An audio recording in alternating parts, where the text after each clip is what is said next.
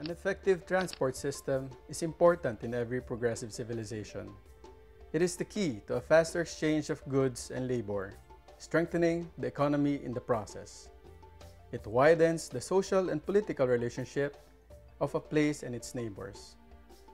That's why in the age of modernization, developed countries prioritize the building and maintaining faster modes of transportation for faster progress. It reflects the political, social, and economic state of a country. Every day, huge number of people are traveling going to work, School, and other prospective social functions. In the Philippines, more than 1 million people are pushing their way inside the train, and that does not include the bus passengers, jeepneys, taxis, and other modes of transportations.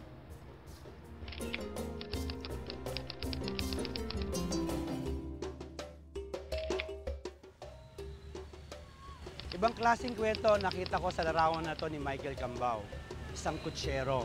Lumutang ang kwento ng kasaysayan ng ating transportasyon na kung saan ang kalesa ang paunahing moda ng ating transportasyon. Walang gasolinang ginagamit kundi tanging lakas lamang ng kabayo. Para kay Michael, kakaibang saya at galak ang nararamdaman niya sa kanyang sarili. Kapag sinasakay din ng libre, itong mga kabataan at saka itong mga nakakatanda, lalo na kapag wala siyang pasahero. Ako po si Brillante Mendoza, isang filmmaker. Alamin natin ang kwento ni Michael sa likod ng larawan na to.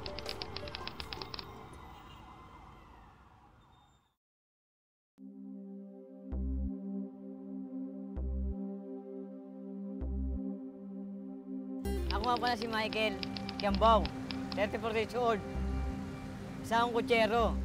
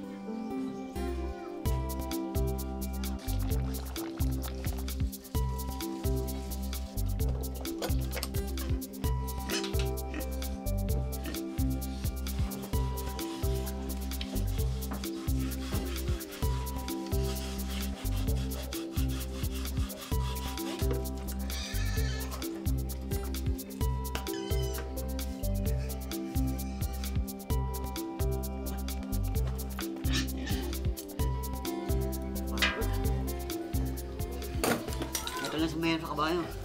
Patrabaho. Yeah. Maglilinis ang kabayo, maglilinis ang kabayo ng kalesa, ayusin ko siya. Tapos yun, bubusugin ko siya, pakakainin mo. Pagtapos yun, lalaka na butong binondo. Alis ako yung putam binondo.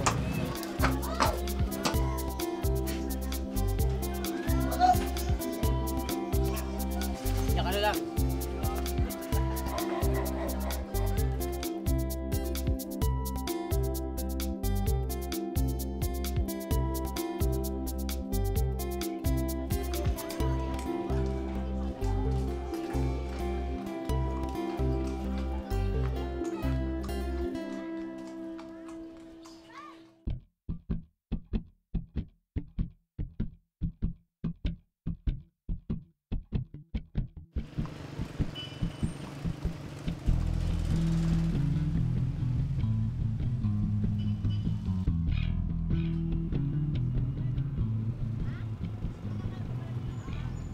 Hi, Michael. Ay, Kumusta? kumusta? Ito, okay lang. Kayo, kumusta?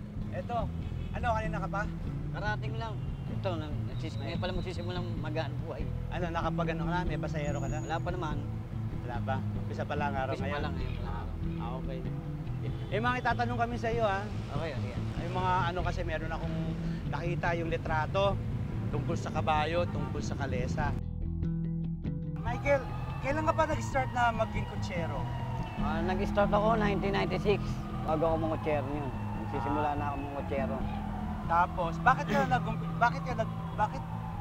Bakit hindi tricycle? Bakit hindi Kasi jeep? ito kinubuhay ng lolo ko sa amin, tsaka tatay ko. Hanggang sa lumaki ako, ito ginawa kong hanap buhay. Hanap buhay. Kasi wala namang ibang alam na hanap buhay, kundi ito lang. Kaya isa pa may diferensya ako kapag hanap buhay.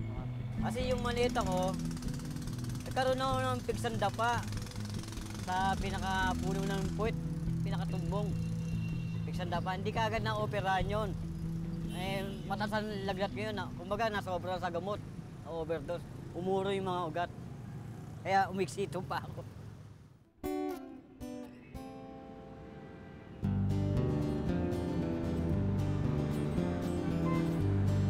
Punta ko, kagaya Binondo. Kung saan pwede magatin yung pasahero. Halimbawa, Quiapo Church, Santa Cruz Church, yun, Escolta, San Fernando, Asunción, kung saan basta sa parteng Manila.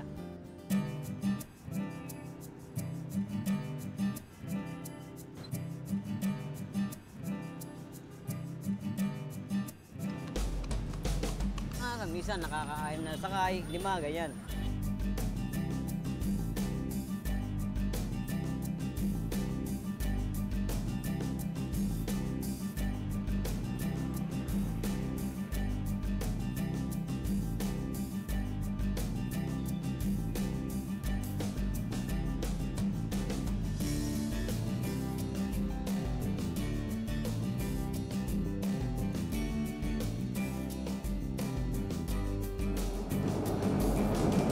Yun ang gusto nilang sakyan, kalesa eh. Kasi masarap daw sumakay ng kalesa.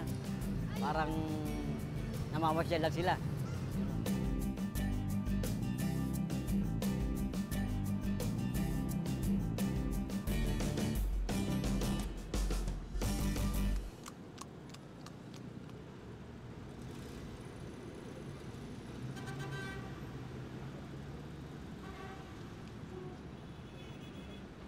Kinikita sa isang araw ng kutsero, 500.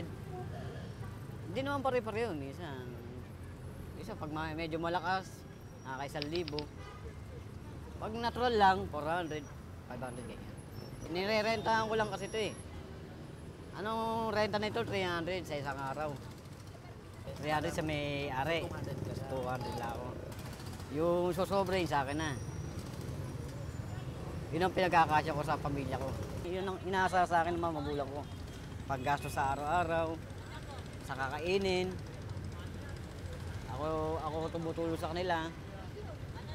Kung hindi ako maghanap buhay, di wala rin kaming buhay. Kailan maghanap buhay? Kaya miski pa paano makakapag-uwi ng pera kahit konti.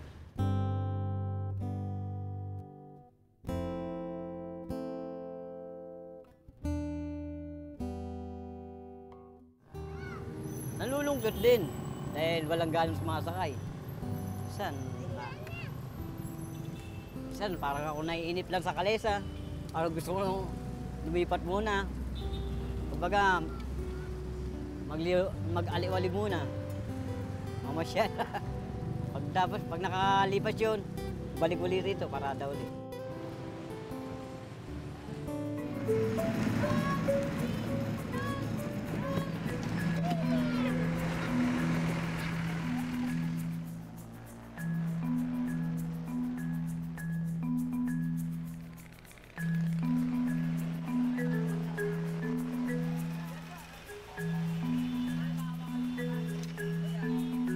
Minsan, pinapasyal ko yung mga bata, sa mga bata dito sa Binondo, para masiyahan naman sila. Para masiyahan sila ng mga bata, masiyahan din ako. Habang wala pasahero sila, papasyal ko muna sila. nakakatulong sa kapwa ko, pag napapaisil ko sa mga bata, masaya naman ako sa ginagawa ko buong araw.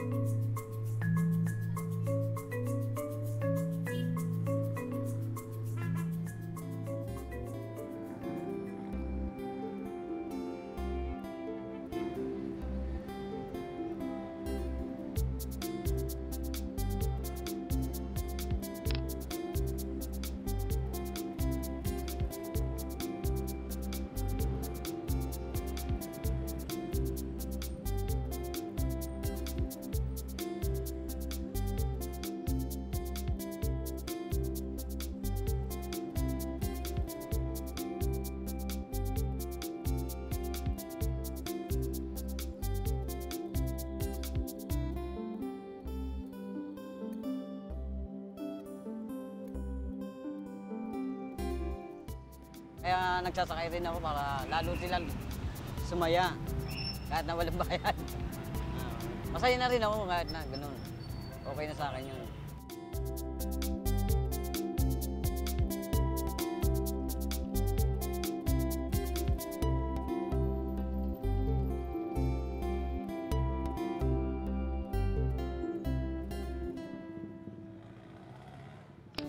Mahirap ng kumita ng pera ngayon dito sa hanap buhay nato. Bakit po? Dahil gawa ng marami ng kakompetensya tulad ng mga sidecar.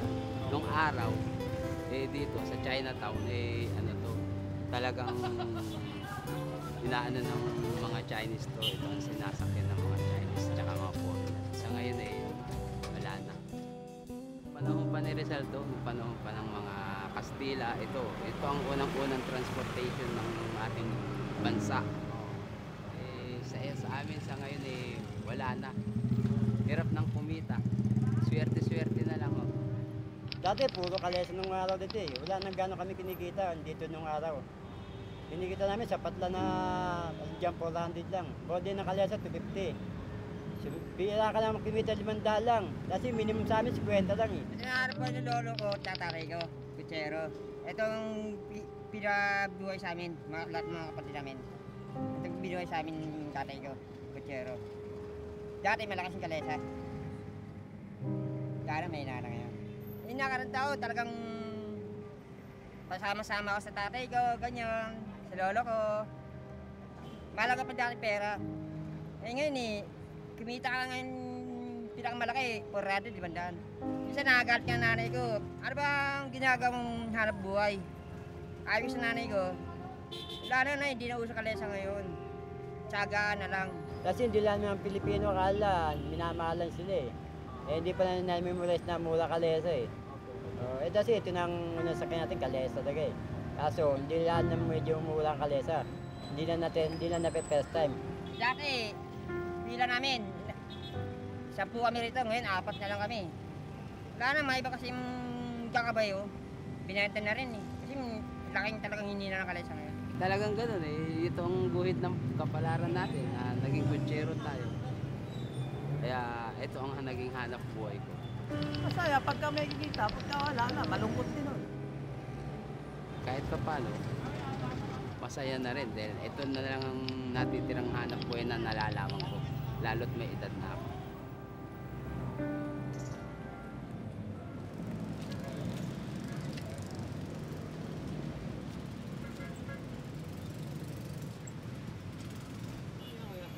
Tapal ng tao. Yung soya beans, pinagilingan. Araw-araw yan pinakakain. Tsaka sa loob ng isang linggo, 2 beses siya kumaligo. Ayun na. Basta alaga lang sa pagkain. Di bali siyang kumain. O tao kahit di ganong manok. Basta importante siya. Kasi siya nag-aanap buhay, kayong dalawa.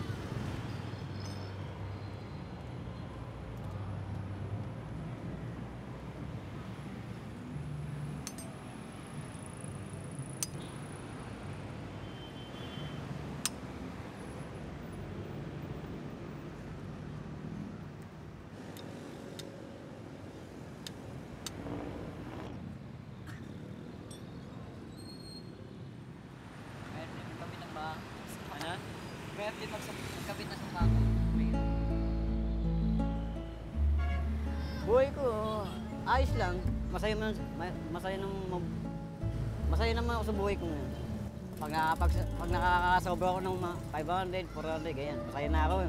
May pang-uwi na ako sa bahay niyo. May pang araw-araw, pag-gastos sa araw-araw.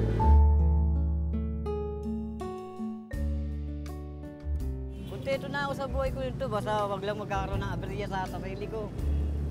Wag lang magkakasakit, basta kontento na ako sa buhay ko. Pangutsero.